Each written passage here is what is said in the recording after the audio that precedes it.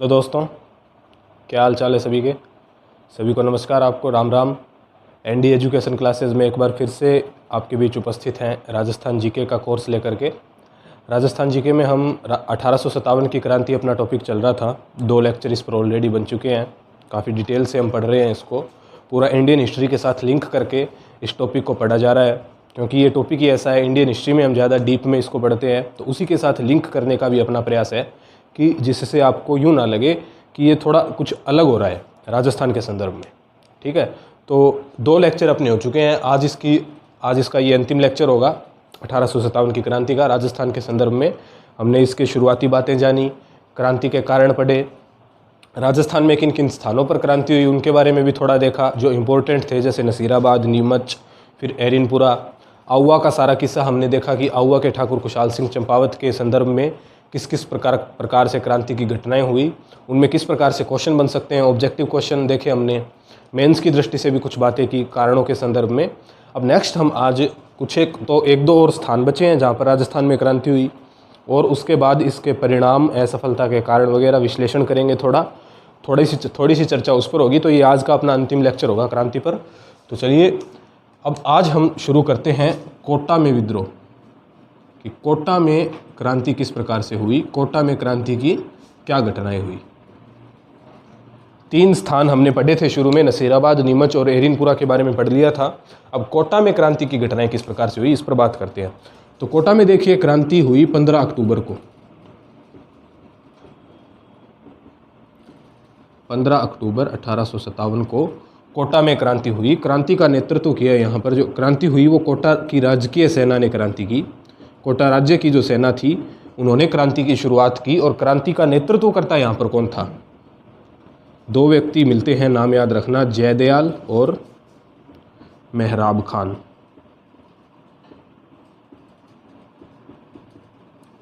ये 2 क्रांतिकारी थे जिन्होंने क्रांति का नेतृत्व किया कोटा क्षेत्र में। कोटा की राजकीय सेना ने 15 अक्टूबर 1857 को क्रांति की, जयदयाल और मेहराब खान के नेतृत्व में। इसके अलावा यहाँ पर क्रांति करने में 2 सैनिक टुकड़ियों का और नाम मिलता है। वैसे तो कोटा की जो राजकीय सेना थी, कोटा राजा की, महाराव राम सिंह सेकंड उस समय कोटा के शासक थे, उनकी जो सेना थी उस सेना में विद्रोह हो गया था। ठीक है, लेकिन उसके अलावा 2 नाम और विशेष रूप से यहाँ पर मिलते हैं जिन्होंने क्रांति में महत्वपूर्ण भूमिका निभाई। सैनिक टुकड़ियों के नाम है वो नाम भी आपको याद रखना है कि नारायण और भवानी पलटन। ये 2 सैनिक टुकड़ियां और थी जिन्होंने क्रांति में अग्रणी भूमिका निभाई। नारायण और भवानी पलटन सैनिक टुकड़ियां थी दोनों। ये कुछ एक किताबों में इनके बारे में मिलता है कि नारायण और भवानी नाम के ये 2 व्यक्ति थे जिन्होंने क्रांति का यहाँ पर नेतृत्व किया था। लेकिन और कुछ किताबों में ये मिलता है कि ये सैनिक टुकड़ियाँ थी। तो इससे कोई फ़र्क नहीं पड़ता है, आपको कन्फ्यूजन में नहीं रहना है, क्योंकि अगर एग्ज़ाम में क्वेश्चन आएगा तो एग्ज़ाम में तो क्वेश्चन यही आएगा, नारायणी और भवानी पलटन नाम से आए, चाहे नारायण और भवानी व्यक्तियों के नाम आए। क्रांति के संदर्भ में यदि ये नाम आएंगे तो उसका संबंध आपको तो बस कोटा से दिखाना है। क्वेश्चन ऐसा ही आएगा। ऐसा क्वेश्चन कोई नहीं पूछेगा कि नारायण और भवानी क्या थे, ये व्यक्तियों के नाम थे या सैनिक टुकड़ियों के नाम थे, ऐसा क्वेश्चन थोड़ी ना आएगा। तो नारायण और भवानी नाम देखते ही क्रांति के संदर्भ में आपको उसका संबंध सीधा का सीधा कोटा से ही जोड़ना है। ठीक है, तो ये आप याद रखना। ये कुछ एक फैक्ट बताए मैंने आपको। क्रांति की शुरुआत हुई, राजकीय सेना ने क्रांति की, जयदयाल और मेहराब खान के नेतृत्व में, और ये 2 सैनिक टुकड़ियों के नाम है। ठीक है, नेक्स्ट बात करते हैं कोटा में पॉलिटिकल एजेंट कौन थे उस समय। मैंने आपको शुरू में रियासतों के पॉलिटिकल एजेंट बताए थे। तो कोटा में मैंने आपको बताया था कि कोटा में जो पॉलिटिकल एजेंट था, मैं शॉर्ट में लिख रहा हूँ, मेजर बर्टन। तो क्रांतिकारियों ने क्या किया कि कोटा में 15 अक्टूबर को क्रांति करके पूरी कोटा छावनी को लूटा। जो भी वहाँ पर सैनिक छावनी थी, वैसे तो कोई विशेष छावनी नहीं थी, लेकिन कोटा शहर को लूटा। कोटा में जो अंग्रेज अधिकारी थे उनके जो निवास स्थान थे उनको लूटा, और पॉलिटिकल एजेंट मेजर बर्टन को मार दिया। कोटा का जो पॉलिटिकल एजेंट था मेजर बर्टन, इसको मार दिया। इसके 2 बेटों को भी मार दिया, 2 पुत्र थे इसके, उनको भी मार दिया। और एक इनका सहयोगी था डॉक्टर सैडलर, इसे भी क्रांतिकारियों ने मौत के घाट उतार दिया। डॉक्टर सैडलर को, इनका ही सहयोगी था ये। तो ये कुछ एक विशेष मुख्य अंग्रेज अधिकारी थे जो कोटा क्रांति में मारे गए क्रांतिकारियों के द्वारा। ठीक है, मेजर बर्टन का तो आपने सुना होगा, सर काट करके और पूरे कोटा शहर में घुमाया गया था मेजर बर्टन का सर काट दिया गया, सर काट के पूरा कोटा शहर में घुमाया, जैसा कि मैकमोहन के साथ हुआ एरिनपुरा आउवा की क्रांति के समय। ठीक है, तो ये हुए यहाँ की बातें। इसके अलावा यहाँ के जो शासक थे महाराव राम सिंह सेकंड, इनकी स्थिति क्या है कि इनको इनके महल में नज़रबंद कर दिया गया। महाराव राम सिंह सेकंड को इनके महल में, अपने महल में नज़रबंद कर दिया, अर्थात कि आप बस अपने महल में निष्क्रिय रहिए, आप ना अंग्रेज़ों का साथ दीजिए, चाहे आप क्रांतिकारियों का साथ नहीं दे रहे हैं तो अंग्रेज़ों का भी साथ देने की ज़रूरत नहीं है। महल में इनको नज़रबंद कर दिया, अपने घर में, अपने महल में, और ये एकदम निष्क्रिय भूमिका में रहे कोटा महाराव राम सिंह सेकंड। हालांकि बाद में अंग्रेज़ों ने तो इन पर आरोप लगाया कि जो यहाँ पर पॉलिटिकल एजेंट मेजर बर्टन मारे गए, उनकी हत्या में आपका भी उत्तरदायित्व है, ऐसा अंग्रेज़ों ने इन पर आरोप लगाया। अंग्रेज़ों ने कहा कि यदि आप चाहते तो आगे बढ़ करके खुद क्रांतिकारियों का दमन कर सकते थे, लेकिन क्रांतिकारियों ने जब आपको नज़रबंद किया तो आप बस अपने ही हाल पर पड़े रहे, आपने कोई विशेष प्रयास नहीं किया। अंग्रेज़ों ने इस प्रकार के इन पर आरोप लगाए, लेकिन फैक्ट यही है कि मेजर बर्टन मारा गया, उनके 2 पुत्र डॉक्टर सैडलर वगैरह मारे गए, और ये शासक कोटा के नज़रबंद रहे क्रांति के समय। ठीक है, नेक्स्ट बात करते हैं यहाँ पर कोटा में कि कोटा शासक अब नज़रबंद है तो कोटा शासक की सहायता कौन करेगा, कोटा में फिर बचाएगा कौन, मतलब क्रांति को कौन दबाएगा। तो कोटा में क्रांति को दबाने के लिए करौली के शासक आगे आए। फिर करौली के मदन पाल शासक थे, करौली के मदन पाल सिंह ने अपनी सेना भेजी कोटा में, कोटा शासक की सहायता के लिए कि आप जाइए और उनकी सहायता कीजिए, वो महल में नज़रबंद पड़े हैं, अंग्रेज़ों की सहायता करने के लिए कोई नहीं है। क्रांतिकारियों ने बहुत ज़्यादा, मतलब एक व्यापक स्तर पर क्रांति कर दी है कोटा में। तो करौली के शासक मदन पाल का नाम मिलता है, इन्होंने कोटा की सहायता के लिए, कोटा राज्य की सहायता के लिए, राजा की सहायता के लिए अपनी सेना भेजी थी। ठीक है, आगे भी इनकी चर्चा करेंगे। तो कोटा में क्रांति में जो सबसे महत्वपूर्ण बात है वो ये है कि कोटा में संपूर्ण राजस्थान में सबसे भीषण क्रांति, या फिर मैं बात करूं तो सबसे व्यापक स्तर पर क्रांति जो हुई वो कोटा में हुई, क्योंकि कोटा की क्रांति में सामान्य जनता ने भी सक्रिय भूमिका निभाई। भाई, कोटा की क्रांति में सामान्य जनता ने भी सक्रिय भागीदारी निभाई, सक्रिय भूमिका निभाई। आगे बढ़ चढ़कर सामान्य जनता ने भी कोटा क्षेत्र में क्रांति में भाग लिया। अन्य क्षेत्रों में क्या हुआ कि सामान्य जनता की भूमिका किस प्रकार की थी क्रांति में, जैसे मतलब किसी छावनी से क्रांति करके निकले, किसी छावनी से विद्रोही लोग सैनिक क्रांति करके आगे निकले, दिल्ली की तरफ बढ़ रहे थे। इस प्रकार की घटनाएं हमने सभी छावनियों में देखी। तो रास्ते में वो जिन जिन गांवों से गुजरते तो उस गांवों की जनता ने उनका सहयोग दिया, जैसे उनको खाने का सामान दिया, रुकने की व्यवस्था दी, इस प्रकार से सामान्य सहयोग किया। मतलब रास्ते में जिस किसी गांव से वो गुजरते तो जनता का सामान्य सहयोग रहा, अधिकांश स्थानों पर सामान्य सहयोग था। लेकिन कोटा में सक्रिय भूमिका थी, सैनिक तो लड़ाई कर ही रहे थे, जनता भी अपने पास जिस भी प्रकार के हथियार उनके पास उपलब्ध हुए उन्हीं से जनता ने भी क्रांति करनी शुरू कर दी। महिलाओं ने भी भाग लिया, बच्चे, बूढ़े, युवा सभी ने क्रांति में सक्रिय भूमिका निभाई कोटा में। ये विशेष बात है कोटा के संदर्भ में। ठीक है, तो इस कारण कोटा की क्रांति को जन क्रांति भी बोला जाता है। सामान्य जनता इतनी भूमिका निभा रही है तो इसे क्या बोला गया कि कोटा में जन क्रांति हुई। एक प्रकार से सबसे ज़्यादा व्यापक स्तर पर सबसे ज़्यादा भीषण क्रांति हुई। ठीक है, अब क्रांति का दमन किस प्रकार से हुआ वो देखते हैं। एक तो करौली के शासक मदन पाल ने अपनी सेना भेज दी क्रांतिकारियों का दमन करने के लिए। दूसरा, करौली के शासक की सेना से भी इतना दमन नहीं हो सका तो अंग्रेज सेना आई अंत में। फिर अंग्रेजी सेना को ही आना पड़ा, बड़ी सेना आई, अंग्रेज सेना आई 22 मार्च को। 15 अक्टूबर को क्रांति की शुरुआत हुई। 5-6 महीने तक पूरे कोटा शहर पर क्रांतिकारियों का ही नियंत्रण रहा। सारे कोटा का प्रशासन क्रांतिकारियों ने अपने हाथों में रखा 5-6 महीनों तक। अंत में 22 मार्च 1858 को अंग्रेजी सेना कोटा पहुंची, जिन्होंने कुछ एक दिन 6-7 दिन संघर्ष चला और अंत में जाकर के 6-7 दिन के बड़े भीषण संघर्ष के बाद 30 मार्च 1858 को कोटा शहर को फिर क्रांतिकारियों से मुक्त करवाया अंग्रेज सेना ने। अंग्रेज सेना यहाँ पर मेजर रॉबर्ट्स के नेतृत्व में आई। मेजर रॉबर्ट्स, ठीक है। अक्टूबर में क्रांतिकारियों ने कोटा पर शासन किया, कोटा पर अधिकार कर लिया। 5-6 महीने तक कोटा का संपूर्ण कोटा शहर का प्रशासन क्रांतिकारियों के ही हाथ में रहा। मार्च में जाकर के 30 मार्च तक बिल्कुल मार्च अंत में जाकर के फिर अंग्रेजों ने कोटा को क्रांतिकारियों से मुक्त करवाया और जो यहाँ के मुख्य नेतृत्वकर्ता थे जयदयाल और मेहराब खान, उनको फांसी दे दी गई। जयदयाल और मेहराब खान के नेतृत्व में क्रांति की शुरुआत हुई थी, सबसे ज़्यादा नेतृत्व इन्होंने ही किया, तो इनको तो फांसी दे दी गई दोनों को, और ज़्यादा जो विद्रोही थे उनको भी मार दिया गया, कुछ क्रांतिकारियों को यहाँ से भगा दिया गया। राम सिंह सेकंड को आज़ाद करवाया, अपने महल में नज़रबंद थे उनको आज़ाद करवाया। तो इस प्रकार से कोटा शहर में क्रांति का दमन हुआ। अब कोटा शहर में क्रांति तो हो गई, लेकिन मैंने आपको शुरू में बताया कि अंग्रेज़ों ने यहाँ के शासक राम सिंह सेकंड पर आरोप लगाया था कि आपने अपनी मतलब एक प्रकार से संपूर्ण शक्ति का प्रयोग नहीं किया क्रांतिकारियों को दबाने में। क्रांतिकारियों ने आपको महल के अंदर नज़रबंद कर दिया, बस फिर आप भी अपने हाल पर पड़े रहे।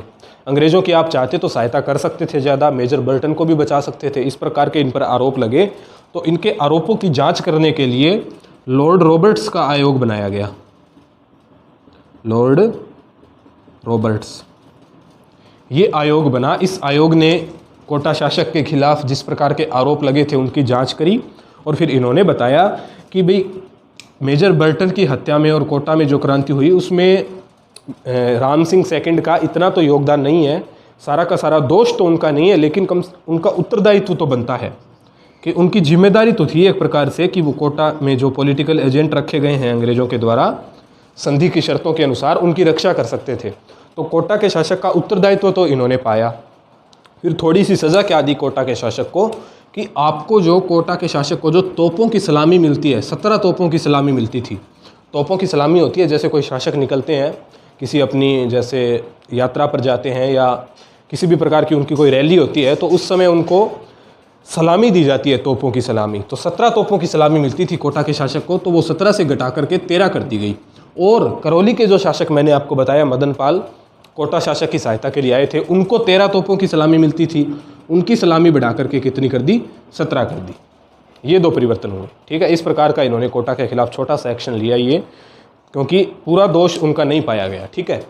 तो ये हमने देखी कोटा में क्रांति। कोटा में क्रांति की किस किस प्रकार की घटनाएं हुई, यहाँ से क्वेश्चन आते हैं। सबसे ज़्यादा भीषण क्रांति हुई, जन क्रांति हम इसे बोलते हैं। कोटा में जो क्रांति हुई, सामान्य जनता का सबसे ज़्यादा सहयोग कोटा में ही देखने को मिला, सबसे व्यापक स्तर पर क्रांति हुई। अब वैसे तो ज़्यादा जो इम्पोर्टेंट क्षेत्र है राजस्थान में जहाँ जहाँ क्रांति की मुख्य बड़ी घटनाएं हुई वो सारी हमने देख ली हैं।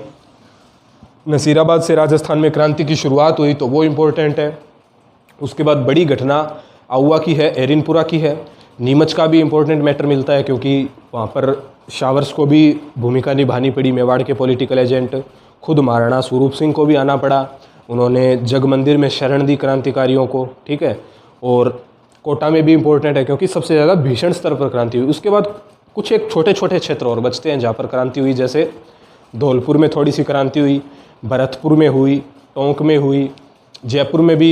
जयपुर में वैसे लगभग शांति का ही माहौल रहा, लेकिन कुछ एक छोटी छोटी घटनाएं देखने को मिली, तो वो इतनी ज़्यादा इंपॉर्टेंट नहीं है एग्जाम की दृष्टि से। एक धौलपुर का और देख लेते हैं हम लास्ट, ठीक है। जो ज़्यादा इंपॉर्टेंट है जहाँ से क्वेश्चन आते हैं वो तो बस इतने ही है जो मैंने आपको बताया अभी तक।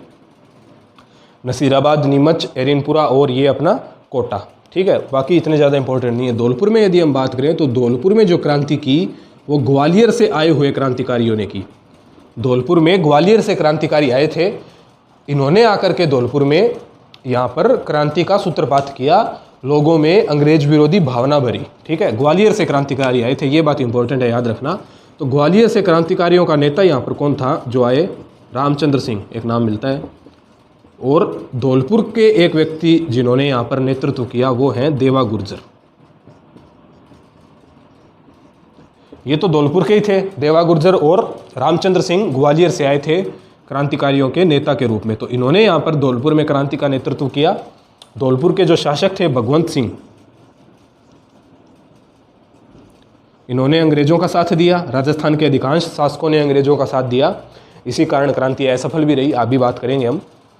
तो भगवंत सिंह जो थे ये अंग्रेजों के समर्थक थे, इन्होंने क्रांति को दबाने में अंग्रेजों का साथ दिया। लेकिन क्रांति को यहाँ पर मुख्य रूप से दबाया किसने क्रांतिकारियों को दबाया यहाँ पर? तो उसके बारे में भी याद रखना कि पटियाला से सेना बुलाई गई थी। पंजाब में जो पटियाला है वहाँ से सेना बुलानी पड़ी, पटियाला की सेना ने आकर के धौलपुर में क्रांतिकारियों का दमन किया। तो धौलपुर के बारे में ये फैक्ट मिलता है कि धौलपुर में क्रांति इस प्रकार से हुई कि क्रांति की शुरुआत भी बाहर से आए हुए सैनिकों ने की और क्रांति का दमन भी बाहर से आई हुई सेना ने किया। ये एक फैक्ट धौलपुर के बारे में मिलता है, इसलिए मैंने आपको धौलपुर का बताया। बस नेतृत्वकर्ता ये लोग थे, इनका याद रखना। और ग्वालियर से आए हुए लोगों ने क्रांति की। एक बार एग्जाम में क्वेश्चन आया हुआ है कि राजस्थान का ऐसा क्षेत्र जहाँ पर क्रांति की शुरुआत भी बाहर से आए हुए सैनिकों ने की, क्योंकि ग्वालियर से आकर के सैनिकों ने शुरुआत की थी, और क्रांति का दमन भी बाहर से आई हुई सेना ने किया। ये क्वेश्चन एक बार आया हुआ है एग्जाम में 2011 में, इसलिए ये बात मैंने आपको बताई। वैसे कोई बहुत ज़्यादा इंपॉर्टेंट नहीं है, इंपॉर्टेंट उतना ही है जो मैंने अभी तक आपको बताया। और शुरू की बातें इंपॉर्टेंट है, सहायक संधियाँ इंपॉर्टेंट है, सफलता मतलब क्रांति होने के क्या कारण रहे वो इंपॉर्टेंट है, ठीक है। शुरू के जो फैक्ट बताए वो इंपॉर्टेंट है, और ये स्थान तो जितने अभी तक बताए वही इंपॉर्टेंट है। तो ये हमने देखा धौलपुर में किस प्रकार से क्रांति की घटना हुई। ऐसी कोई विशेष घटना नहीं है। अब हम 2-3 क्रांतिकारी देखते हैं यहाँ पर 1857 की क्रांति के संदर्भ में, जिनकी राजस्थान के साथ जिनका संबंध रहा। तो सबसे पहले तो तांत्या टोपे की बात करते हैं।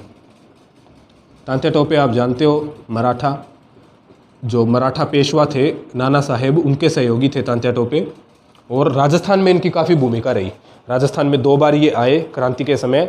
तो इनकी जो राजस्थान आगमन है उसके बारे में थोड़ी बात करते हैं। फैक्ट बनते हैं सारे के सारे, एग्जाम में क्वेश्चन आ जाता है, क्योंकि ये कैरेक्टर अपने आप में इंपॉर्टेंट है। तो तांत्या टोपे की राजस्थान में किस प्रकार की भूमिका रही उस पर बात करते हैं। तो तांत्या टोपे देखिए, मूलतः ये मतलब वैसे तो तांत्या टोपे ने ग्वालियर में क्रांति का नेतृत्व किया था। अभी अपने ग्वालियर बात की, मध्य प्रदेश में ग्वालियर से क्रांति का नेतृत्व कर रहे थे तांत्या टोपे। और पेशवा जो नाना साहब थे,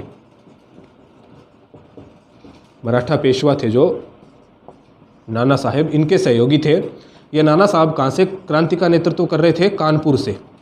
कानपुर से पेशवा नाना साहब क्रांति का नेतृत्व कर रहे थे। और जो रानी लक्ष्मीबाई थी, इनका तो आपको पता ही है, ये झांसी से क्रांति का नेतृत्व कर रही थी। इनके ये सहयोगी थे तांत्या टोपे। मुख्यतः पेशवा नाना साहब के सहयोगी थे, इनके सेवक थे एक प्रकार से, ठीक है। तो इनका सहयोग ये क्रांति में कर रहे थे। खुद ग्वालियर से क्रांति का नेतृत्व कर रहे थे। ग्वालियर के क्षेत्र में कुछ एक छुटपुट लड़ाइयाँ इन्होंने अंग्रेजों के खिलाफ लड़ी। फिर अपनी सैनिक शक्ति को और बढ़ाने के उद्देश्य से, अंग्रेजों के खिलाफ लड़ने के लिए अपनी सैनिक शक्ति को और बढ़ाने के उद्देश्य से तांत्या टोपे राजस्थान में आए। अपनी सैनिक शक्ति को बढ़ाने के उद्देश्य से ग्वालियर में लड़ाई लड़ी 1-2 बार अंग्रेजों के साथ, फिर अपनी सैनिक शक्ति को बढ़ाने के उद्देश्य से। ऑब्जेक्टिव क्वेश्चन आ सकता है कि तांत्या टोपे का राजस्थान आगमन का मुख्य कारण क्या था? तो इनका कारण था कि इन्हें राजस्थान के राजा महाराजाओं से ऐसी उम्मीद थी कि ये मेरी सहायता कर देंगे अंग्रेजों के खिलाफ, मुझे कुछ एक अपने सैनिक दे देंगे, पैसे भी दे दिए जाएंगे। इस प्रकार की इनको सहायता की उम्मीद थी राजस्थान से। इस कारण से ये राजस्थान में आए। ग्वालियर से सीधा राजस्थान के क्षेत्र में 2 बार आए, उसकी बात करते हैं अब। आने का कारण क्या था? सैनिक शक्ति प्राप्त करने के लिए, अपनी शक्ति बढ़ाने के लिए अंग्रेजों के खिलाफ, ठीक है। ये इनका परिचय देखा हमने सामान्य, कहाँ से ये नेतृत्व कर रहे थे, किस कारण से राजस्थान आना हुआ इनका। अब जो आने के बाद इनके किस प्रकार की घटनाएं हुई उसकी बात करते हैं। तो ये सबसे पहले आए तांत्या टोपे राजस्थान में 8 अगस्त को, 8 अगस्त 1857 को सबसे पहले राजस्थान में आए। पहली बार भीलवाड़ा के पास, भीलवाड़ा के पास आए सबसे पहले राजस्थान में तांत्या टोपे। और अगले ही दिन 9 अगस्त को इनका सामना हो गया अंग्रेज सेना से कुआड़ा के निकट। कुआड़ा एक स्थान है, कुआड़ा के निकट अंग्रेज सेना से इनका सामना हुआ 9 अगस्त 1857 को। और ये युद्ध हार गए, क्योंकि अपनी सेना को मजबूत करने ही तो आए थे। थोड़ी सी सेना थी इनके पास, ऐसे कोई विशेष हथियार भी नहीं थे। तो कुआड़ा के निकट अंग्रेजों ने इनको घेर लिया और ये हार गए, अंग्रेजों से हार गए।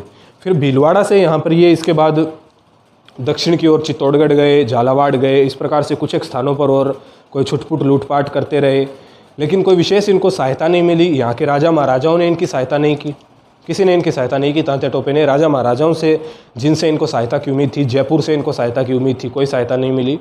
तो ये इधर उधर थोड़ी थोड़ी लूटपाट मचा करके और राजस्थान से बाहर निकल गए उस समय। उसके बाद दूसरी बार आए, ये तो पहली बार आए, उसके बाद दूसरी बार आए तो ये दिसंबर में आए, 11 दिसंबर को।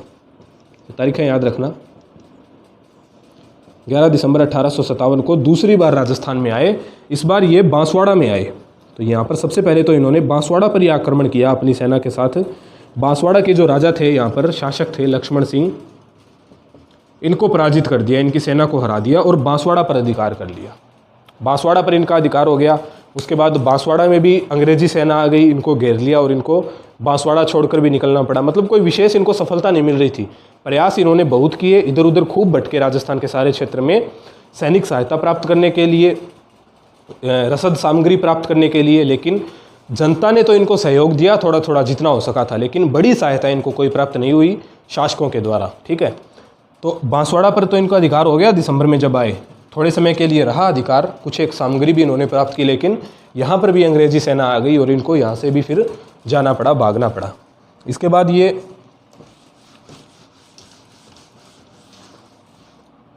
नरवर के क्षेत्र में गए। नरवर के थे एक मान सिंह नरूका।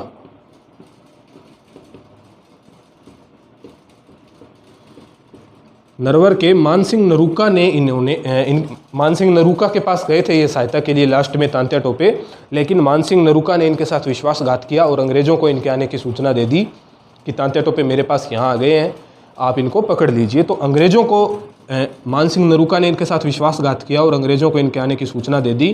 तो अंग्रेजों ने इनको पकड़कर अंत में फिर फांसी दे दी। ठीक है, तो तांत्या टोपे को लास्ट में फांसी दे दी गई 18 अप्रैल को।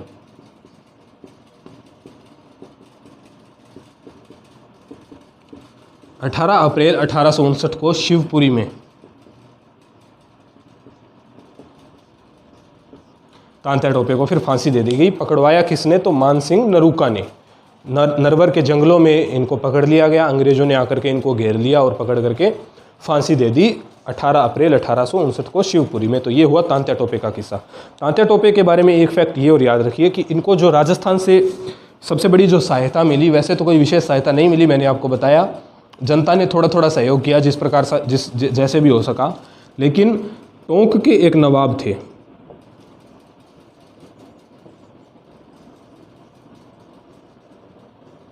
निसारदीन नाम था उनका। टोंक के नवाब ने इनकी सहायता की थी, बस ये याद रखना। नाम इतना कोई इंपॉर्टेंट नहीं है, नाम भी याद रखो तो चलेगा, बस फैक्ट याद रखना कि राजस्थान को, तांत्या टोपे को जो थोड़ी सी सहायता मिली थी राजस्थान में, वो टोंक के नवाब ने दी थी और इन्हें कोई विशेष प्रकार की सहायता नहीं मिली। लास्ट में अंग्रेजों ने इनको फांसी दे दी। तो ये हमने देखा तांत्या टोपे के बारे में। नेक्स्ट एक राजस्थान के क्रांतिकारी हुए दो, उनकी बात करते हैं। काफ़ी इंपॉर्टेंट है राजस्थान के संदर्भ में, विशेष RS मेंस में भी एक बार इन पर क्वेश्चन आया हुआ है। बात करते हैं डूंगजी जवाहर जी के बारे में।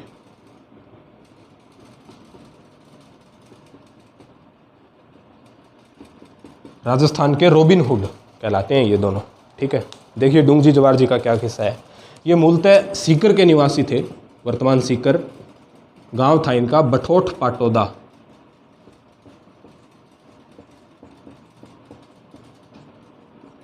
सीकर के बठोट पाटोदा के निवासी थे। शेखावाटी ब्रिगेड में सैनिक थे ये दोनों, सिपाही थे शेखावाटी ब्रिगेड में, झुंझुनू में जो थी।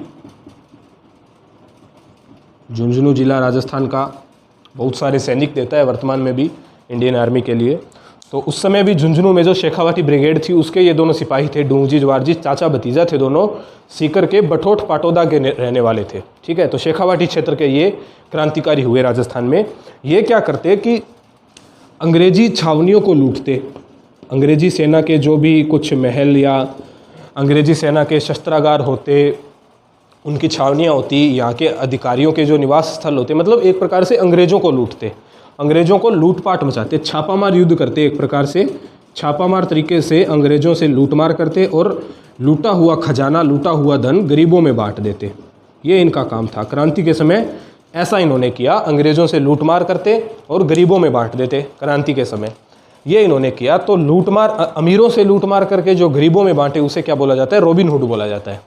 रॉबिन हुड ऐसा कैरेक्टरिक है कि जो लूटमार करता है, क्योंकि लूटमार करना देखिए वैसे तो बुरा काम है, अच्छा काम नहीं है किसी को लूटना, लेकिन यदि वो अच्छे के लिए किया जाए, अमीर को लूट करके फिर गरीब को दे दिया जाए, उसका अच्छा उपयोग किया जाए, तो फिर इसे बोला जाता है रॉबिन हुड। तो इसी कारण डूंगजी जवाहर जी को राजस्थान का रॉबिन हुड बोला जाता है। राजस्थान का, दो व्यक्ति हैं ये, चाचा भतीजा हैं दोनों, चाचा भतीजा की काफ़ी जोड़ियाँ हैं राजस्थान इतिहास में हमें देखने को मिलती है। राजस्थान का रॉबिन हुड इनको बोला जाता है, ठीक है। इसके बाद इनको बीकानेर, अंग्रेज भी इनके काफ़ी पीछे पड़े, आगरा के किले में एक बार कैद भी किया इनको, लेकिन वहाँ से भी ये बचकर आने में सफल हुए। बीकानेर रियासत में इनको संरक्षण मिला, बीकानेर के महाराजा ने इनको अपने यहाँ शरण दी थी अंग्रेज़ों के खिलाफ, ठीक है। तो ये हमने देखा डूंगजी जवाहर जी के बारे में। नेक्स्ट अब बात करते हैं एक और क्रांतिकारी राजस्थान के, अमरचंद बाठिया। काफ़ी इंपॉर्टेंट कैरेक्टर है ये भी। 1857 की क्रांतिकारी में राजस्थान के प्रथम शहीद अमरचंद बाठिया। अमरचंद बाठिया के बारे में बात करते हैं। ये मूलतः बीकानेर के निवासी थे और ग्वालियर में व्यापार करते थे, ग्वालियर के व्यापारी थे ये, ग्वालियर के काफ़ी बड़े व्यापारी थे, सराफा बाजार के व्यापारी थे ग्वालियर में, मूलतः बीकानेर राजस्थान के निवासी थे। तो ग्वालियर का इनको नगर सेठ भी बनाया गया था। ग्वालियर का जो नगर सेठ था वो यही थे, ग्वालियर के नगर सेठ थे और कोषाध्यक्ष भी थे। तो काफ़ी इंपॉर्टेंट थे ग्वालियर में, ये नगर सेठ थे, कोषाध्यक्ष थे, तो काफ़ी अमीर थे, व्यापारी थे। तो इन्होंने क्या किया, क्रांति के समय तांत्या टोपे की सहायता की, एक तो काफ़ी धन उनको दिया, रसद सामग्रियाँ वगैरह दी, तांत्या टोपे की सहायता की। दूसरा, रानी लक्ष्मीबाई की भी इन्होंने सहायता की। तो क्रांतिकारियों की तांत्या टोपे और लक्ष्मीबाई ये कौन है, ये क्रांतिकारी हैं, अंग्रेज़ों के खिलाफ लड़ाइयाँ लड़ रहे हैं, क्रांति कर रहे हैं। इनकी जो सहायता करेगा अंग्रेज उसको कैसे पसंद करेंगे, तो अंग्रेज़ों ने अंत में इनको पकड़ करके और फांसी दे दी। अंग्रेज़ों ने इनकी सहायता करने के कारण इन्हें 22 जून 1858 को ग्वालियर के सराफा बाजार में इनको फांसी दे दी, पेड़ पर लटका करके। ग्वालियर के सराफा बाजार में अंग्रेज़ों ने इनको फांसी दे दी। तो ये राजस्थान के पहले शहीद थे क्रांति में, इनसे पहले कोई शहीद नहीं हुआ था। राजस्थान के ये पहले शहीद थे, 1857 क्रांति के राजस्थान के पहले शहीद बोला जाता है इनको। उसके अलावा इन्हें बोल सकते हैं हम राजस्थान के मंगल पांडे, क्योंकि मंगल पांडे संपूर्ण भारत के लेवल पर अगर हम बात करें तो पहले शहीद थे क्रांति के, और राजस्थान में पहले शहीद अमरचंद बाठिया है, तो इनको हम भारत का, राजस्थान का मंगल पांडे बोल सकते हैं। इसके अलावा बात करें तो क्रांति के पहले शहीद राजस्थान के मंगल पांडे, और इन्होंने क्या किया देखिए, धन से सहायता की थी, अपनी संपत्ति दी क्रांतिकारियों को, तांत्या टोपे और रानी लक्ष्मीबाई को आर्थिक सहायता दी। तो आर्थिक सहायता देने के लिए राजस्थान में कौन प्रसिद्ध रहे हैं, भामाशाह। मेवाड़ में हम पढ़ते हैं महाराणा प्रताप को अपनी सारी संपत्ति दान में दे दी थी मातृभूमि की रक्षा के लिए भामाशाह ने। तो इनको भी फिर राजस्थान का या क्रांति का, 1857 की क्रांति का भामाशाह बोला जाता है। 1857 की क्रांति के भामाशाह, ये 2-3 संज्ञाएं इनको दी जाती है, ठीक है। राजस्थान के पहले शहीद क्रांति में राजस्थान के मंगल पांडे, और 1857 की क्रांति के भामाशाह, ठीक है। तो ये अमरचंद बाठिया के बारे में आप याद रखना, कुछ एक फैक्ट्स हैं सामान्य।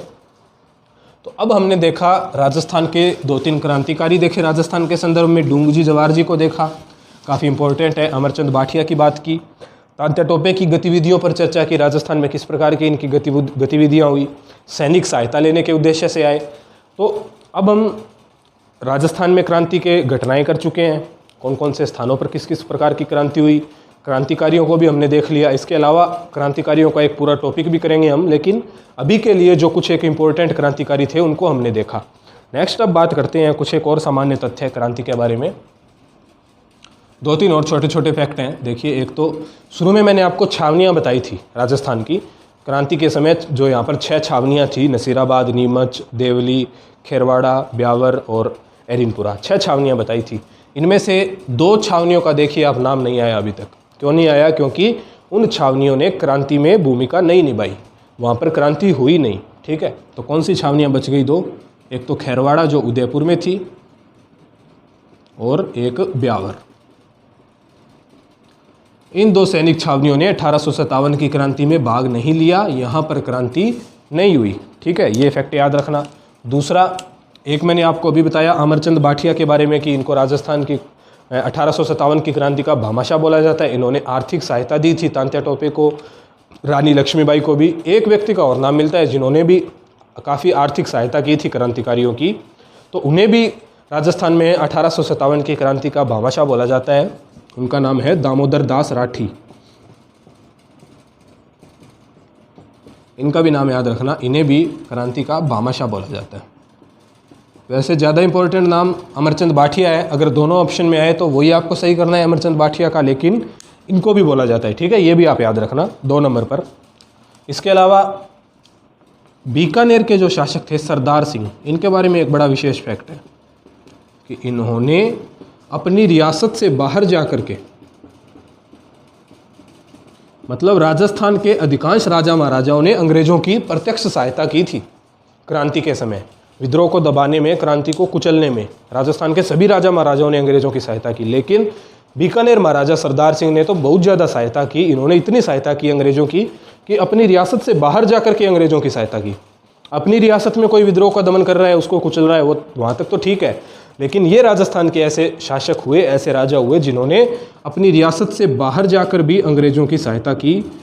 हरियाणा और पंजाब के क्षेत्रों में जाकर के अंग्रेजों की सहायता की क्रांति को दबाने में, विद्रोह को कुचलने में, ठीक है, ये एक फैक्ट याद रखना। तो बदले में इनको काफ़ी इनाम भी मिला अंग्रेजों के द्वारा क्रांति की समाप्ति के पश्चात। टिब्बी परगना है जो हनुमानगढ़ जिले में, टिब्बी परगने के 40 गांव इनको दिए गए, और भी बहुत सारी रसद सामग्री, इनाम मिले इनको काफ़ी सारे। तो ये बीकानेर के सरदार सिंह के बारे में एक बात थी। और एक और फैक्ट आप याद रखना कि प्रतापगढ़ में एक गांव है, वर्तमान प्रतापगढ़ जिले में पड़ता है, बचूंडला। ये एक गांव है बचूंडला, वर्तमान प्रतापगढ़ जिले में है। यहाँ पर 1857 की क्रांति के शहीदों का स्मारक बना हुआ है। क्रांति के वीरों का स्मारक है यहाँ पर इस गांव में। ये एक फैक्ट और याद रखना, ये नया फैक्ट है, इम्पोर्टेंट है कि राजस्थान में 1857 की क्रांति में शहीद होने वाले वीरों का स्मारक कहाँ पर है, तो प्रतापगढ़ का एक छोटा गांव है बचूंडला, यहाँ पर क्रांति के वीरों का स्मारक बना हुआ है। तो ये हमने कुछ एक और फैक्ट देखे क्रांति के बारे में। अब हम बात करते हैं क्रांति की असफलता के क्या कारण हुए। देखिए, क्रांति असफल रही, हालांकि बहुत हद तक इसे सफलता भी मिली, अंग्रेज़ों को काफ़ी नुकसान भी उठाना पड़ा, लेकिन अगर मोटे तौर पर हम देखें, बिल्कुल गहराई से यदि हम देखें तो क्रांति असफल रही, फेल हो गई। तो उसके क्या कारण हुए असफलता के? सारे भारत में ही असफल रही क्रांति। राजस्थान के संदर्भ में बात करेंगे कि असफलता के क्या कारण हुए।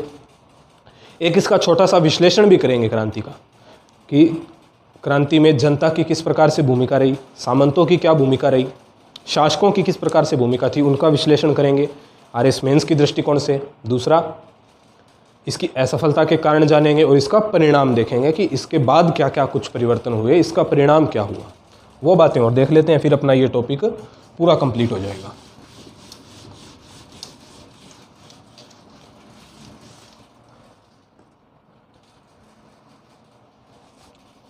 तो सबसे पहले देखते हैं 1857 की क्रांति का विश्लेषण,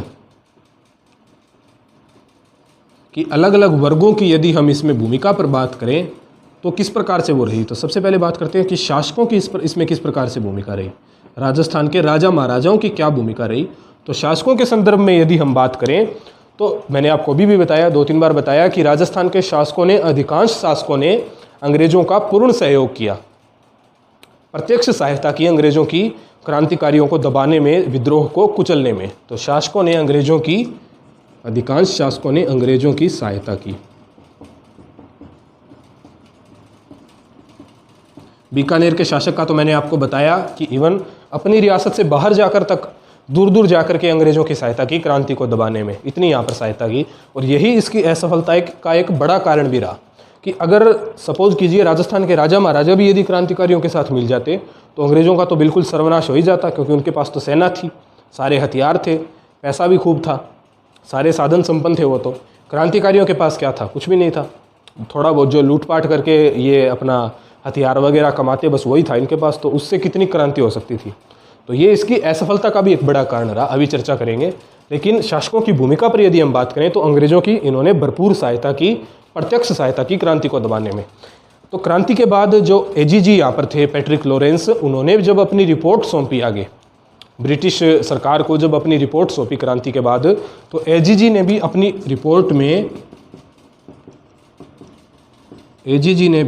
रिपोर्ट में सबसे ज़्यादा किसकी तारीफ करी?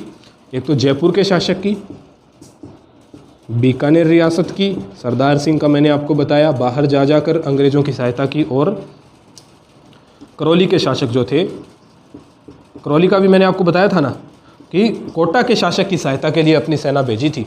तो इन शासकों की सबसे ज़्यादा तारीफ़ की, जयपुर, बीकानेर और करौली रियासतों की सबसे ज़्यादा तारीफ़ की एजीजी ने अपनी रिपोर्ट के कि यहाँ के शासक वर्ग ने अंग्रेज़ों का सबसे ज़्यादा सहयोग दिया। तो ये थी शासकों की भूमिका। नेक्स्ट बात करते हैं सामंतों की किस प्रकार से भूमिका रही। शुरू में मैंने आपको बताया था सामंतों के बारे में ऐसी बात है कि सामंत जो थे, सामंत के बारे में जानते हैं आप, काफ़ी बातें कर चुके हैं अब तो हम। रियासतों में जो ठिकाने होते थे, वहाँ के जो ठिकानेदार होते थे वो सामंत होते थे, राजा से नीचे होते थे। ठीक है, अपने ठिकाने के तो वो सर्वे सर्वा वही है, लेकिन राजा से नीचे हैं वो। ठीक है, तो सामंतों की हमने बात की थी कि सामंत जो थे वो राजाओं से नाखुश थे, अपनी रियासत के शासकों से, राजा महाराजाओं से नाखुश थे। अंग्रेज़ों के खिलाफ इनमें ऐसा कोई विशेष विद्रोह नहीं था। हालांकि जहां पर कुछ एक सामंतों ने अंग्रेज़ों के खिलाफ भी विद्रोह में भाग लिया, हमने देखा कि 1857 की क्रांति में सबसे बड़ी भूमिका में रहे ठाकुर कुशाल सिंह चंपावत, आहुआ के सामंत थे ये। तो इनकी भी अगर हम पूरी डिटेल में बात करें ना, तो एक डॉक्टर SM जैन है, वो इनका खंडन करते हैं। वो बोलते हैं कि 1857 की क्रांति के संदर्भ में कुशाल सिंह चंपावत को बहुत ज़्यादा बढ़ा चढ़ा कर बताया जाता है, जबकि ऐसा नहीं है। वो बोलते हैं कि मतलब इनका जो विद्रोह था सारा का सारा वो अपने राजा से था, महाराजा तख्त सिंह से था। अंग्रेज़ों के विरोध जैसा इनमें कुछ भी नहीं था, ये ऐसा बताते हैं। तो बहुत से सामंतों के बारे में ऐसा ही मिलता है कि अंग्रेज विरोधी भावना से वो मतलब ग्रसित नहीं थे। उनमें जो था अपने शासकों से नाखुश थे, क्योंकि अधिकांश राजा महाराजा उस समय अंग्रेज़ों के दबाव के कारण ही इन सामंतों की जागीरें हड़प लेते थे। तो इस कारण से सामंत विद्रोह करते थे। ज़्यादातर सामंत देखने को मिला है राजस्थान के क्षेत्र में राजाओं से नाखुश थे, अंग्रेज़ों के प्रति उनमें कोई विरोध नहीं था। तो इस कारण से यदि सामंतों की भूमिका की हम बात करें क्रांति के संदर्भ में, तो ये एक प्रकार से निष्क्रिय रहे। ना तो इन्होंने अंग्रेज़ों का साथ दिया और क्रांति में भी ऐसी कोई विशेष भूमिका नहीं निभाई। क्रांतिकारियों का अंग्रेज़ों के खिलाफ ऐसा कोई विशेष साथ नहीं दिया, तो इनको हम एक प्रकार से निष्क्रिय भूमिका में मान सकते हैं। ठीक है। दूसरा, सामंतों में आपस में भी एक दूसरे के प्रति इतनी मतलब जलन और वैमनस्यता होती थी कि ये ऐसा कुछ काम कर ही नहीं सकते थे कि जिससे किसी दूसरे सामंत का फ़ायदा हो जाए। किस प्रकार से देखिए जरा कि सपोज कीजिए कोई एक क्षेत्र का, कोई किसी एक ठिकाने का सामंत अंग्रेज़ों के खिलाफ लड़ाई कर रहा है। ठीक है, तो उसके पास वाले ठिकाने का जो सामंत होगा उस पर इनको भरोसा नहीं था कि वो लड़ाई में मेरा साथ देगा या नहीं देगा। ठीक है, अब क्या होगा कि एक सामंत अंग्रेज़ों के खिलाफ लड़ाई कर रहा है, तो क्रांति के बाद की परिस्थिति क्या होगी कि अंग्रेज़ उस सामंत को तो दबा देंगे, उसको सज़ा भी दी जाएगी, लेकिन जो पास वाले सामंत है जिन्होंने अंग्रेज़ों से लड़ाई नहीं की उसका फ़ायदा हो जाएगा अपने आप ही कि ये साथ वाला सामंत तो लड़ाई कर रहा था अंग्रेज़ों के खिलाफ, लेकिन दूसरा वाला लड़ाई नहीं कर रहा है, तो उसका अपने आप फ़ायदा हो जाएगा। तो उसके चक्कर में अधिकांश सामंतों ने किसी प्रकार की अंग्रेज़ों के खिलाफ प्रत्यक्ष लड़ाई नहीं की, किसी दूसरे का फ़ायदा ना हो जाए। तो ये भी एक कारण रहा। तो सामंतों के बारे में मुख्य बात ये याद रखनी है कि ये क्रांति में निष्क्रिय भूमिका में थे। ठीक है, शासकों की हमने भूमिका देखी, सामंतों की भूमिका देखी। नेक्स्ट देखते हैं सामान्य जनता की, कि आमजन की किस प्रकार से भूमिका थी।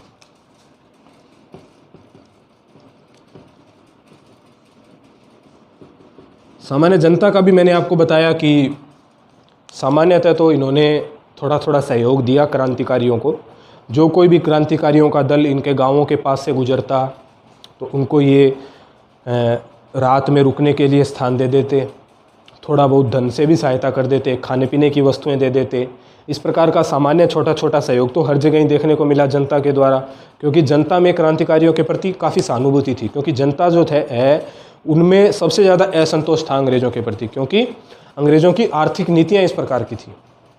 ठीक है, अंग्रेज़ों की आर्थिक नीतियों में मैंने आपको बताया था कि इनकी जो भू राजस्व नीति थी वो किस प्रकार की थी, रैयतवाड़ी, महालवाड़ी और स्थायी बंदोबस्त। इनके हम आगे भू राजस्व व्यवस्था में चर्चा करेंगे इन पर कि ये इस प्रकार की नीतियाँ थी जिससे राजस्थान की इवन पूरे भारत की जनता का आर्थिक शोषण बहुत ज़्यादा हुआ था। तो आर्थिक शोषण होने के कारण जनता बहुत ज़्यादा असंतोष से भरी हुई थी अंग्रेज़ों के प्रति। तो सामान्य जनता ने, राजस्थान की जनता ने, आम जन ने विद्रोहियों का सहयोग किया, क्रांतिकारियों को सामान्य सहयोग दिया। लेकिन कोटा के संदर्भ में आज हमने बात की शुरू में कि कोटा के संदर्भ में यदि हम बात करें तो आम जनता ने सक्रिय भूमिका निभाई, खुद आगे चल करके लड़ाई भी की। ठीक है, कोटा में सक्रिय भूमिका निभाई आम जनता ने, बाकी सभी जगह थोड़ा थोड़ा सामान्य सहयोग देखने को मिला। ठीक है, तो ये हमने इसकी क्रांति का 1857 की क्रांति का विश्लेषण किया। यहाँ पर शासकों की किस प्रकार से भूमिका रही, सामंतों ने किस प्रकार से निष्क्रिय होकर यहाँ पर भाग लिया और जनता की किस प्रकार से भूमिका रही, ये सारा हमने देखा। अब नेक्स्ट हम बात करते हैं क्रांति की असफलता के क्या कारण हुए, कि क्रांति फेल क्यों हो गई।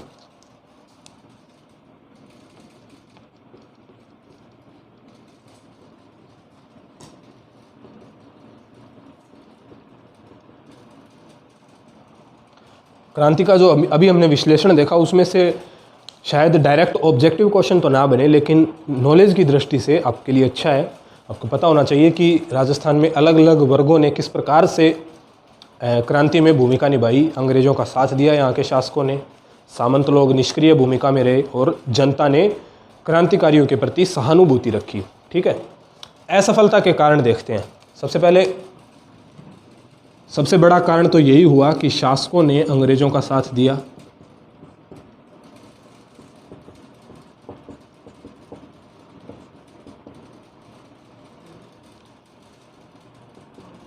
शासकों द्वारा अंग्रेज़ों की सहायता, पहला कारण ये हुआ है असफलता का। हमने देखा अधिकांश शासकों ने क्रांति को दबाने में अंग्रेज़ों की सहायता की। दूसरी यदि हम बात करें तो जो शासक क्रांतिकारी जो थे उनके पास धन का अभाव था, धन का उनके पास अभाव था, पैसे नहीं थे, कोई विशेष शस्त्र भी नहीं थे, हथियार इतने कोई बड़े नहीं थे उनके पास जिससे क्रांति में वो सफल हो सकें। धन का भी अभाव था, शस्त्र का भी अभाव था। और सबसे बड़ा जो कारण हुआ इसके विपरीत क्या है कि क्रांतिकारियों के पास तो पैसे की कमी है, कोई विशेष आधुनिक हथियार नहीं है, लेकिन अंग्रेज़ों के पास क्या है, अंग्रेज़ों के पास एक तो बढ़िया प्रशिक्षित सेना है। अंग्रेज़ों के पास तो बाकायदा प्रशिक्षित सेना है एक तो, जो क्रांति को दबा सकती है। प्रशिक्षित सेना है, आधुनिक हथियार है और धन की भी कमी नहीं है, पर्याप्त धन है। अधिकांश क्षेत्र में राजस्थान में क्रांतिकारी तो मतलब रसद की कमी से ही जूझते रहे, धन की कमी से जूझते रहे, उनको पैसा नहीं मिला, सहयोग नहीं मिला। तांते टोपे को हमने देखा, वो भी राजस्थान में इसी सहयोग की आशा से आए थे कि राजा महाराजा लोग उनकी सहायता कर देंगे। राजा महाराजा सहायता नहीं कर रहे हैं तो आम जनता के पास कितना पैसा है, जितना था उतना उन्होंने लगाया और थोड़ी बहुत क्रांति में अपनी भूमिका निभाई, लेकिन बड़े स्तर पर क्रांति वो नहीं कर सकते थे, अंग्रेज़ों का मुकाबला नहीं कर सके क्योंकि इतना उनके पास पैसा नहीं था, ऐसे उनके पास आधुनिक हथियार नहीं थे, रसद की कमी थी। रसद क्या होता है, यही धन सामग्री वगैरह। तो दो कारण हमने ये देखे। उसके बाद बात करते हैं, अंग्रेज़ों की जो सेना थी वो काफ़ी प्रशिक्षित थी। ठीक है, इसके अलावा एक बड़ा कारण ये हुआ नेतृत्वहीनता। ये संपूर्ण भारत में ही देखने को मिला ये कारण कि क्रांतिकारियों को कोई कुशल नेतृत्व करने वाला नहीं मिला, स्ट्रॉन्ग लीडरशिप नहीं मिल सकी इनको। अलग अलग जगहों पर अलग अलग अपने अपने स्तर पर क्रांति करते रहे। कोई बड़ा कोई बड़ा नेतृत्व यदि इनका होता तो इनको सफलता शायद मिल भी जाती। बहादुर शाह जफर को इन्होंने अपना नेता चुना था, वो 80 साल के बूढ़े व्यक्ति थे, वो क्या नेतृत्व करते इनका। उन्होंने बख्त खां को अपने सेनापति को नेतृत्व प्रदान कर दिया। तो ऐसे में क्रांति ज़्यादा लंबे समय तक एकजुट होकर के टिक नहीं सकी, कोई ऐसे मतलब बड़ा संगठन नहीं बन सका। जब तक कोई बड़ा संगठन नहीं बनता आप कोई किसी व्यवस्था में परिवर्तन नहीं कर सकते। और क्रांति का तो मतलब ये है किसी व्यवस्था में बड़ा परिवर्तन कर देना, आमूलचूल परिवर्तन कर देना। उसके लिए बड़ा संगठन चाहिए होता है, बड़ा एक पूरी प्लानिंग चाहिए होती है, पूरी योजना के अनुसार क्रांति करनी पड़ती है, योजना के अनुसार अपना कार्य संपादन करना पड़ता है। ऐसा इनमें अभाव देखने को मिला, कोई इनका बड़ा स्ट्रॉन्ग लीडर नहीं था। लीडर ना होने के कारण एकजुट नहीं हो सके, संगठन का निर्माण नहीं हो सका और क्रांति को असफल होना पड़ा, क्रांति असफल हो गई। ठीक है, इसके अलावा नेतृत्वहीनता थी। अच्छा, और हम बात करें तो क्रांति की असफलता के कारण अंग्रेज़ों की प्रशिक्षित सेना, मैंने आपको बता ही दिया, अंग्रेज़ों की सेना जो थी वो काफ़ी प्रशिक्षित थी।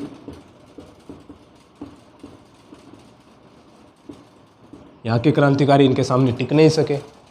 ठीक है, तो ये कुछ हमने देखे राजस्थान में 1857 की क्रांति के असफलता के कारण। एक कारण और देखते हैं जो विशेष राजस्थान के संदर्भ में देखने को मिलता है। यहाँ के नसीराबाद छावनी की हमने बात की थी कि क्रांति की शुरुआत राजस्थान में नसीराबाद से हुई, लेकिन आप देखिए नसीराबाद अजमेर में पड़ता है, और अजमेर में मैंने आपको बताया था कि अंग्रेज़ों का शस्त्रागार था। सारा खजाना मैगजीन के दुर्ग में, अकबर के किले में, अजमेर में जो किला है वहाँ पर अंग्रेज़ों का रखा हुआ था। तो नसीराबाद सैनिक छावनी के क्रांतिकारियों ने क्या किया कि नसीराबाद में क्रांति कर दी, छावनी को लूट लिया और सीधा दिल्ली की ओर भाग पड़े। अब अजमेर से दिल्ली इतना दूर है, वहाँ जाने में ही अंग्रेज़ों ने बीच में इनको पकड़ लिया और वहाँ पर इनको कुचल दिया, या वहाँ जाकर भी ऐसी कोई विशेष सफलता नहीं मिली। तो कुछ लोग कहते हैं कि यदि नसीराबाद छावनी के सैनिक नसीराबाद में क्रांति करने के बाद, नसीराबाद को लूटने के बाद दिल्ली की ओर ना जाकर अपने पास में ही जो अजमेर था उसको अगर लूटते, उस पर यदि आक्रमण करते, तो शायद इनको काफ़ी ज़्यादा फायदा होता, क्योंकि अजमेर में भी अंग्रेज़ों का खजाना था और पास में भी पड़ता था। यदि नसीराबाद से सैनिक छावनी आ गई, नीमच वाले आ जाते, तो कुछ एक लोग यदि एक साथ संगठन के रूप में इकट्ठा होकर के अजमेर पर यदि आक्रमण करते, अजमेर को यदि कब्जा कर लेते, तो इनको काफ़ी फ़ायदा होता। अजमेर में इनका शस्त्रागार था, काफ़ी बहुत बड़ा शस्त्रागार था अजमेर किले में, जिसको मैगजीन दुर्ग बोलते हैं। मैगजीन क्या मतलब क्या होता है? जो बंदूक में हम गोलियां लोड करते हैं वो जो होती है ना मैगजीन, जानते हो आप, इस कारण उसको मैगजीन बोला जाता है, क्योंकि वहाँ पर उनके हथियार होते थे। वैसे तो अकबर का बनवाया हुआ किला है वो अजमेर में, तो यदि उसको ये लूट लेते ना तो इनको काफ़ी फ़ायदा होता। लेकिन ये नसीराबाद वालों ने क्या किया, दिल्ली की ओर भाग पड़े। नीमच से भी जो क्रांतिकारी हुए वो भी दिल्ली की ओर भागे, तो इससे फिर कोई ज़्यादा विशेष सफलता इनको हाथ में नहीं लगी। तो ये हमने देखे क्रांति के कुछ असफलता के कारण। अब इसका परिणाम देखते हैं कि क्रांति का परिणाम क्या हुआ। जैसी भी हुई, असफल हुई, ठीक है, लेकिन इसके बाद की परिस्थितियां किस प्रकार से हुई, क्या कुछ परिवर्तन हुए, कैसे यहाँ पर अब शासन व्यवस्था बनी, उसकी बात करते हैं। एक तो सबसे पहले इस समय पूरे भारत में यदि हम बात करें तो ईस्ट इंडिया कंपनी का शासन था, इसको समाप्त कर दिया गया क्रांति के बाद 1858 में महारानी विक्टोरिया के आदेश द्वारा, और पूरे भारत का ही जो शासन है वो डायरेक्ट ब्रिटिश ताज के अधीन हो गया, ब्रिटिश महारानी के अधीन हो गया। अब डायरेक्ट ब्रिटिश गवर्नमेंट का भारत पर शासन हो गया। पहले तो शासन तो ब्रिटिश गवर्नमेंट का ही था, लेकिन मुख्य भूमिका में कौन थे, कार्यपालिका की भूमिका में कौन थी, ईस्ट इंडिया कंपनी थी। लेकिन अब डायरेक्ट अंग्रेजी सरकार का शासन हो गया, ईस्ट इंडिया कंपनी बीच में नहीं रही। एक तो ये बड़ा परिवर्तन हुआ। दूसरा, राजस्थान के संदर्भ में यदि हम बात करें तो ईस्ट इंडिया कंपनी ने राजस्थान में क्या किया था, सहायक संधियाँ की थी और फिर इनका उल्लंघन किया था, इनको तोड़ दिया था, आंतरिक मामलों में हस्तक्षेप किया वगैरह वगैरह, बहुत सारे यहाँ पर इन्होंने क्रांति के कारण खुद दिए राजस्थान की जनता को। तो ब्रिटिश महारानी ने अब क्या कहा कि ब्रिटिश ईस्ट इंडिया कंपनी ने आपके साथ जो सहायक संधियाँ की हुई थी उन्होंने तो उनका पालन नहीं किया, लेकिन हम अब उन सहायक संधियों का पालन करेंगे बाकायदा, आपके आंतरिक मामलों में हस्तक्षेप नहीं करेंगे, लेकिन इसके बदले में आप भी, मतलब राजा महाराजा भी, ब्रिटिश सरकार के प्रति पूरी निष्ठा के साथ रहोगे, हमारे साथ आपसी सहयोग में रहोगे। तो ब्रिटिश ताज आने के कारण, ब्रिटिश महारानी का शासन होने के कारण, डायरेक्ट ब्रिटिश गवर्नमेंट का शासन होने के कारण अब क्या हो गया, ब्रिटिश महारानी ने बोला कि हम सहायक संधियों का पालन करेंगे। ठीक है, ये राजस्थान के संदर्भ में बात हुई। इसके अलावा राजस्थान में अंग्रेजी प्रभाव बढ़ गया अब काफ़ी ज़्यादा अंग्रेजी प्रभाव बढ़ गया। सिक्कों पर महारानी विक्टोरिया का नाम लिखा जाने लगा, अंग्रेजी शिक्षा का विस्तार हुआ, नए स्कूल, अंग्रेजी शिक्षा के स्कूल खुलने लगे। इस प्रकार से नई शिक्षा से एक नए मध्यम वर्ग का निर्माण हो गया। ठीक है, इसके अलावा रेल लाइनों का विकास हुआ, रेलवे का विकास होने लगा राजस्थान में, रेलवे लाइनें बिछने लगी, संचार के साधनों का विकास हुआ। तो ये कुछ क्रांति के बाद के परिणाम हुए राजस्थान के संदर्भ में जिनकी हमने बात की। तो ये हमने देखा 1857 की क्रांति राजस्थान के संदर्भ में, क्रांति के क्या कारण थे वहाँ से हमने शुरुआत करके क्रांति की घटनाएं देखी, कुछ एक महत्वपूर्ण क्रांतिकारी देखे राजस्थान के संदर्भ में। उसके अलावा इसके बाद की परिस्थितियाँ देखी, असफलता के क्या कारण थे, क्रांति का विश्लेषण भी हमने किया, काफ़ी इम्पोर्टेंट है वो मेंस की दृष्टि से। इसके अलावा ये क्रांति के बाद की परिस्थितियाँ देखी, परिणाम किस प्रकार से हुए। तो कंप्लीट अपना 1857 की क्रांति टॉपिक हुआ। राजस्थान के संदर्भ में काफ़ी डिटेल से हमने पढ़ा। हमारे साथ आपसे जुड़ने के लिए आपका शुक्रिया। आपने इतना सब्र के साथ कंप्लीट टॉपिक पढ़ा, उसके लिए आपका धन्यवाद। इसी तरीके से हमारा साथ देते रहिएगा।